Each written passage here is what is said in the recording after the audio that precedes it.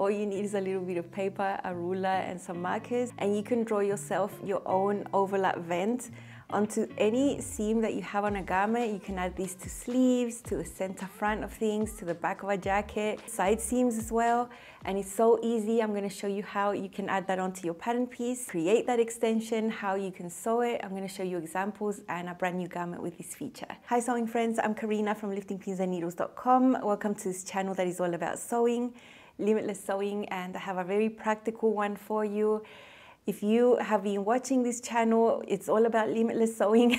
That means that we don't put limits to our sewing. We usually do changes to patterns that we already love and fit us, just to add on special features. These general videos can work for a variety of styles and patterns. They're not just linked to one pattern. And I've been making some overlap vents in the last period of time. I've been sewing these actually for all of my sewing life. I've never actually made a video on how you could add these onto your garments. I know some garments come with these already added on as one of the features, but it's not that common to see. I think the most common place that you would see this is at the back of a pencil skirt. I call it an overlap vent because it is overlapped. It's not a simple vent. It can be very easy for you to add this feature onto whatever you want, any place you want. I recently made a glissando skirt in denim where I had a really long vent in the center front, and I made that one using the overlap vent technique. I've made a presto tunic that's fully open, so it's like a shirt, and I added the same feature onto the side seams. I added actual functioning buttonholes and buttons, so it looks amazing. And I have made a few patterns that have this feature also, like the Sienna Maker jacket from Closet Core, the Soraya jacket from Sew Over It. Now, what I say about these techniques in the way that the patterns do it is that they are overly complicated in the way that they make you cut the garment and make you sew it, when the end result can be the same done in a more simplified way. So the way I'm going to show you is so easy. You can add this onto your garments and make them look extra cool, because I think this is really cool. It's a really nice feature to have anywhere. It just elevates any simple style about 1000%, and it's just so easy to do. All you need to have when you're cutting out your pieces an excess of seam allowance. So you might need to place your pattern pieces a little differently so that you have that seam allowance there where you need it. Now I'm going to be adding on this vent to the center front of a long skirt I want to make. I have a pattern I've used about 20 times already, which is the Sybil collection skirts from Love Notions. There are 7 skirts in one pattern, and it is the Feature Friday pattern for today. And you can get this amazing pattern only for $5. I've made so many of these skirts in so many of the styles. I think the only styles I haven't touched are the swing style and the pleated style, just because I'm more of a straight fit skirt girl rather than a fuller skirt person, but there's a style for every look that you want. You can use so many different types of knit fabrics, and this time I've decided to make a pencil skirt that is long. I can pull it up, and it's going to have this beautiful feature of the overlap vent in the center front. Now, there's some information about Love Notions that you also want to hear, and I'll just plug that in somewhere in this video. So let's see how to easily do this. I'm going to draw this vent from scratch, and you can do this too, and just add this onto the side or the center or wherever you want to add this onto your garment. You do need a seam though, so find a place where there's a seam. If there isn't a seam on the center back, for example, just add one, and then you're going to be able to do that. So what I've drawn here is just a line. So this would be the edge of your garment, and now I'm going to draw the seam line. This seam line depends on the seam allowance of the pattern. It could be 5/8, it could be ½ an inch, it could be 3/8. I'm just going to draw 3/8 here because that's usually what I like. So this would be the edge of any pattern that you would have. I'm going to draw the width of my vent at 1¼ inches, which is 3½ centimeters. And I'm going to measure that from the seam line. So wherever that seam line is for you, that's where you measure out from, not from the edge of your pattern, which is marked in blue. And the length of the vent, you know, it could be short if you're doing it on a sleeve, it could be long, you know, the length doesn't matter. Just so it fits here, I'm going to do 6 inches from the bottom. So I'm going to measure out from the seam line, from my red dash line, the width that I want here. 3½ centimeters or 1¼ inch. Now I'm going to double that. So I'm going to do the line that I want, and then I'm going to do it double. I find it easy to just double that seam allowance and cut it that way, so you don't get confused when you're cutting your piece that one goes on the right, one goes on the left. It doesn't matter, just cut them the same. and then trim away afterwards. It's much easier like that. I want to serge these edges separately, and whenever you have a sharp corner like that, it just makes it harder to do. So I don't want to do that. I'm going to go up from my line here by about 5/8 of an inch right there, and then I'm just going to do a little curve like this. And then when you have a curve, you can actually go around that and serge it, including that curve, and then it's just so much easier to finish those edges. Now when you're sewing over here, you're going to be sewing all the way down here up to about 5/8 below this horizontal line, whatever that may be. So that would be up to where you sew, and I'm just going to cut all of this out. I have 2 layers of paper here. Let's get some pins and pretend we've sewn this. Now the other thing that we need to do is flip this over to this side.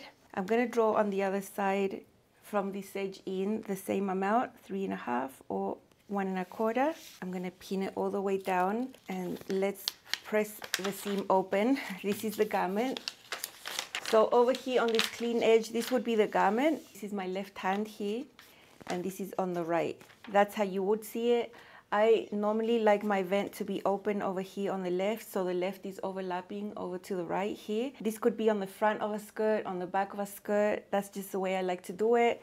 Of course, you could do it the other way around. For most garments that I've seen, it's usually the left overlapping over the right. I think that looks nice. If this was a side seam, then I would want the vent to go over to the back. So this would be the front and this would be the back. So that is the equivalent of where this could be.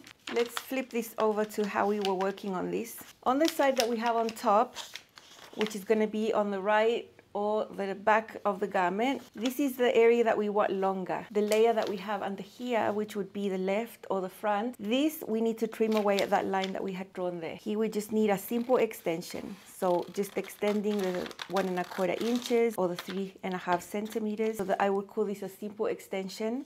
And then on the other is that we need a double extension. On this side that has a double extension, let's fold this at that line in. And that's going to meet the seam line over here. Now they are both the same, right? So why does one need to be folded and one just simple? We're going to see that when we open this up. So let me just release these pins and let's open this up again. So this is the left, this is the one that overlaps. Here we just need a simple fold, just the extension. This would be serged right there. But then the layer that's on the bottom, if I had the same amount of extension, I would just have a raw edge there. It would look absolutely horrendous. I know that some people do it like this, and that all they do here is fold this in by 1/4 inch and top stitch it and just leave it like that in a single layer. So this would just be your skirt or whatever in a single layer right here, because we would have a simple extension over here, and it just does not hang right. It looks pretty horrific. So I don't want to do that. That folding in right there and then having this over here, that doesn't look good. So that's why on this side is that I've doubled it over here, so that from the inside it looks really, really neat.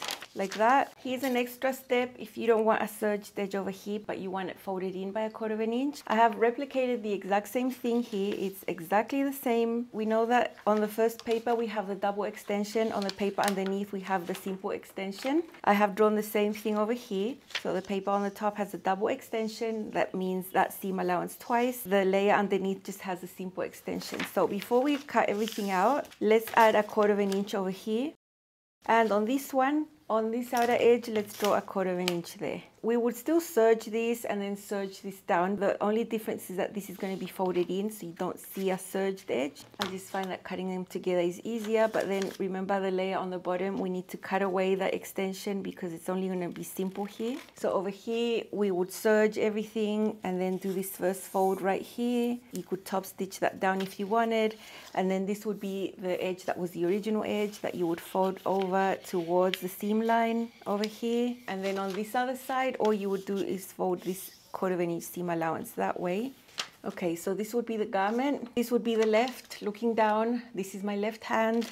This is where we would just have the simple extension plus the 1/4 inch seam allowance folded inside, and it will give you a nice clean edge. And then this other side, that's the right, my right hand would have the double extension there, but it would have that neat fold on the inside. So on the inside, it's going to look like this. All I would do is top stitch right there to hold all the layers in place. So you would end up with a stitching line like this. just to hold it all in place. If you wanted to top stitch in a slanted way, which is a traditional way as well, then inside it has to be a little different. So I've drawn another one here. Here you can see the X. This is up to where we would sew. So we're sewing our seam, we stop and reinforce at the X, go up by 3/8 of an inch right here. So draw a dot there. On this first line, go down by 3/4 of an inch. So double what we went up here. So 3/8 and 3/4 over here. And then draw a little line. This ink is going through so I can see it, and I'm just going to draw it. So for the layer that's on the back, this is all you would have to do. Just draw that little slant and cut it out like that. So on the second layer, you would serge. I think this angle is fine to serge. It's not a 90-degree angle, so you could just go ahead and serge that and finish there and then keep going down there. But on this side, we need to draw this double extension to this shape. I am going to cut this excess away so that I just have my double extension. Remember, this goes folded in towards the seam line over here. Now through the paper, I can see that slant that I drew. This is what we have. When we fold this in like that, it's going to end up all having the same slant. The simple extension here on this side, the double extension here. When we flip this to how the garment is worn, on the left, you would have the simple extension side.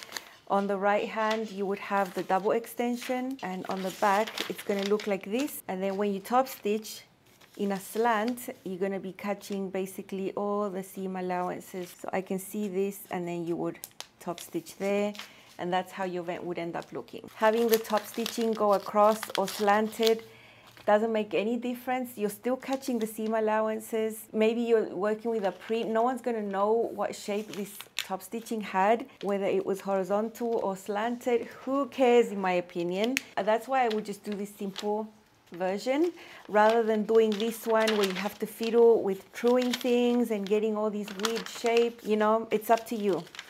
If you want this and you want it to look like that on the inside, then do it like this. Okay, so whichever method you want, if you just want the simple version with top stitching at the end going horizontal, or you want the top stitching at the end to go slanted this way or this way, I would cut both layers the same. So I would cut both layers with a larger seam allowance with the double extension so that it's easy to cut. You don't have to cut them in a single layer. That is so annoying. It's really easy to get confused which is right, which is left when you're cutting fabric if your pieces are already like this. So just cut them out both with a double extension, sew your seam, sure everything is correct, and then trim away the excess you don't need from the side where you don't need it. That's just easier in my opinion. Same as for this, cut them both like this, sew your seam, press it, do all of that. Then cut away the excess you don't need from the side where you don't need it. I said I was going to give you some information about Love Notions, and it's that they're having a fall sale next week. It's a 40% site-wide sale from next Monday the 2nd to Friday the 6th, 5 days from Monday to Friday. Every single pattern, course, everything there is going to be 40% off, excluding the recent released Lago cargos, because they're just a brand new pattern, they're not included in the sale. Make sure you remember, you can start making your wish list, and I'm gonna have some special content for you next week. I like doing little capsule collections every now and then. I think it's fun to plan out 3 or 4 garments that can go with each other, and I'm basing it on the color red, which is my favorite. I already have one piece that is gonna go into this collection, and those are my red linen Lago cargos that you saw a few days ago. So those will be part of the collection, but I'll be using other Love Notions patterns to make a little tiny collection. So there's going to be fun content for you next week during the Love Notions sale.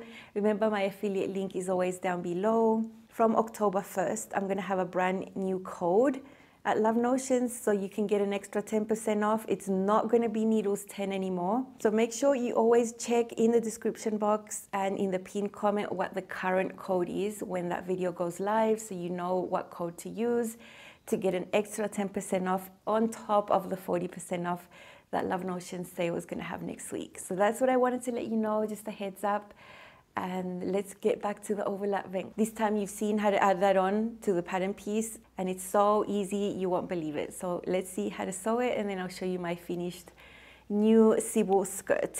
it is a general technique. You can add this onto anything and it will still look amazing. This is the original Sybil skirt right here for the pencil skirt. I use the same piece for the front and the back. Both are cut on the fold, but because I want to do a long vent over here and add seam allowance, I just transferred the skirt onto another piece of paper. This is designed to be short, so from the fullest part of the hip, it does taper in to be closer to the leg like that by about 3/8. I don't want that tapering in and in and in and in for a longer skirt. So from about the full hip here, on this skirt, when I was marking it here, I just went straight down instead of tapering in. You see the edge of the paper? That's how much it tapered in, about 3/8. I didn't want to continue that same angle, so I just went from here straight down all the way over there. This is meant to be on the fold, but that won't work if you want to add on a vent. So that's why I aligned it over here and then added the seam allowance right there. All the rest is the same process that you already saw me do. That's the seam line. From the seam line, I measured one extension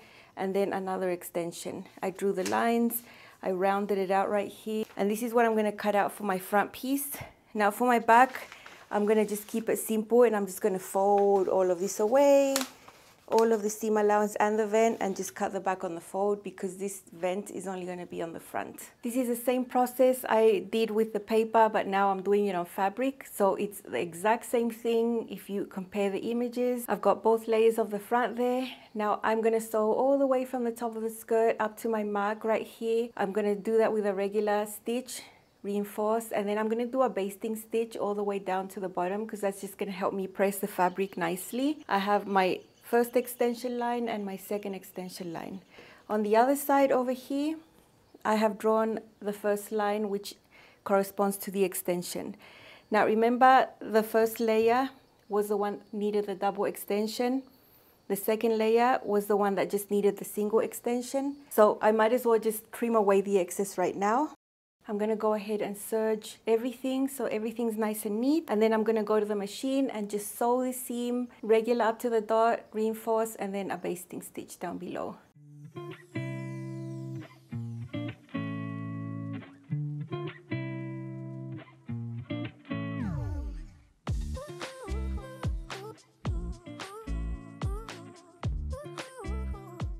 Okay, here we have the long vent on the ironing board. The process is so much easier if you just sew, reinforce, and then do a long basting stitch, because that's going to help you do all the pressing without needing to rely on the marks that you made originally. And it's just going to make it neater.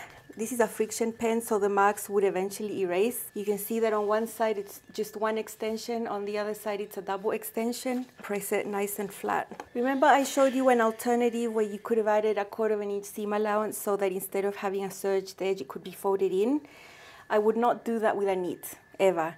I would consider doing that with a woven garment, but not with a knit garment. It's just too much bulk.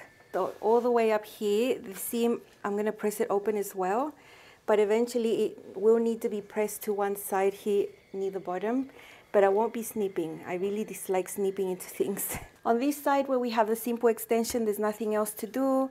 Over here where we have the double extension, all we need to do is bring this edge over towards the seam line that we have here and just press it. You can see that all of this vent is going to go that way, and this seam allowance is open up to here. I don't want to snip. If you wanted to, you would need to snip only into this layer, not the layer underneath. But I'm not going to do that. I'm just going to leave it like that. I don't think having that little fold there hurts anyone, and I'd rather keep my fabric intact. Now at this point, from where the stitch changed and it's just a basting stitch, we can just open this up. Here is an example of what I've just done, but only on a little tiny vent here on the side seam. You can see that here I haven't top stitched this down. I just left it loose. There's a few reasons. The first one, it's a short distance, so there's not much space there. Second reason, it's linen, it presses really, really well. Third reason, it's still being held down by buttonholes and buttons, which I decided to add on here. So in this case, I didn't do any top stitching here. You can see the seam allowance is pressed that way, the same way.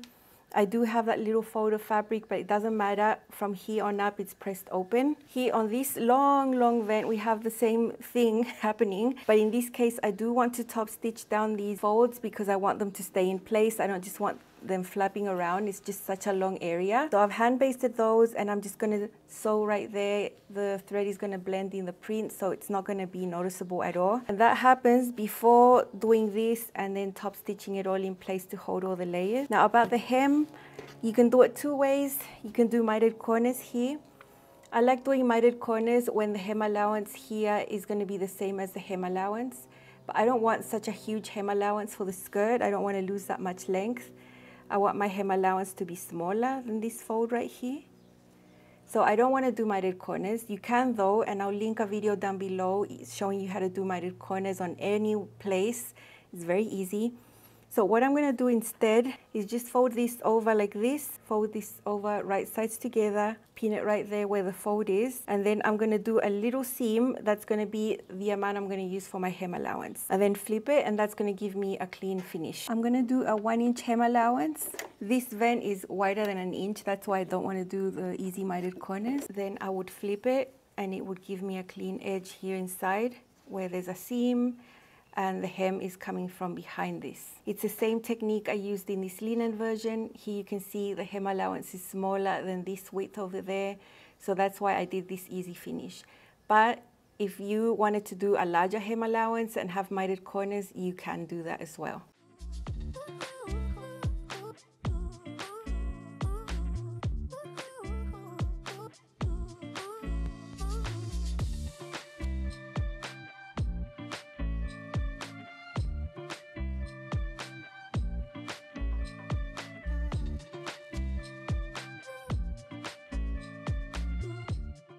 Now that both sides have been top stitched down, all we need to do is just do the overlap like it's going to be, like we'd pressed it at the iron. I'm going to put a pin through here, through all the layers, and top stitch. Just horizontal from here over there, and that will just catch everything in place and keep the vent like it's supposed to be. I'm going to do it from the wrong side. It doesn't really matter. It will look the same from the other side. It's very busy, so you can barely tell there's this detail, but it will be apparent when I walk and move around. Here is the front. This is my left hand, which is overlapping over the right side. My hand, when you're looking down at the garment, it would be the same if this was on the back. It would always look like this in the way that I do it. This is how it's going to look on the inside. You can see all the seam allowances are going to one side. In essence, you could snip onto this top layer to be able to press this open, but I'm not going to do that. I don't want to wreck the fabric, so I've just got it together here, and then from here on up, I've pressed it open and I get a little fold. But that's absolutely fine. Here you can see my final skirt made up. I would not be able to walk if I didn't have some type of opening. So I think this overlap vent at the front accomplishes that purpose. Otherwise, I would be walking like this. You could have done just an easy vent on the side, on the front, everywhere without it being overlapped. It would be an easy option. This is just a step up, and I think it's really pretty like this. Allows me to walk. It's a nicely fitted skirt. This is Scuba, very easy to work with, and I'm really going to enjoy this one. I'm not going to style it a million ways this time because this is part of my capsule collection that you're going to see next week during the Love Notion sale. The goal here was to show you how to sew the overlap vents that you can add on to any garment, including a long skirt like this. This is just a pencil skirt out of the whole collection of skirts, lengthened, which is how I wanted this one to be. Here is a lower look at the skirt, overlap vent right here. This side overlaps over that side, and it's just very lovely.